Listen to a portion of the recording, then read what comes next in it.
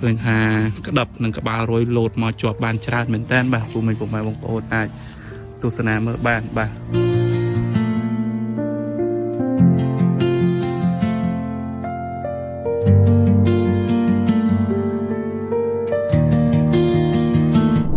បាទសួស្តីពូមីងពុកម៉ែបងប្អូនប្រជាកសិករទាំងអស់គ្នាថ្ងៃនេះគឺខ្ញុំបានមកតាមដានស្វាយរបស់អតិថិជនដែលនៅខាងឃុំរស្មីសង្ហាស្រុករតនមណ្ឌលដែលគាត់បានប្រើប្រាស់រូបមន្តជីថ្នាំស្រេចតម្រៃខៀវដែលគាត់បានប្រើប្រាស់ដំរី Tristar 2គីឡូបូកជាមួយនឹងដំរី Silver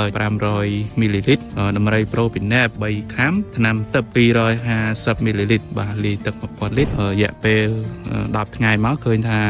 ក្បាលរុយនិងក្តាប់បាទនៅជាប់បានច្រើនចាប់ផ្ដើមលោតមកបានច្រើនមែនតើបាទហើយយើងទៅមើលខាងនោះបាទនេះក្រោយឃើញថាក្តាប់និងក្បាលរុយលោតមកជាប់បានច្រើនមែនតើបាទពុំមិនពុកម៉ែបងប្អូនអាចទស្សនាមើលបានបាទ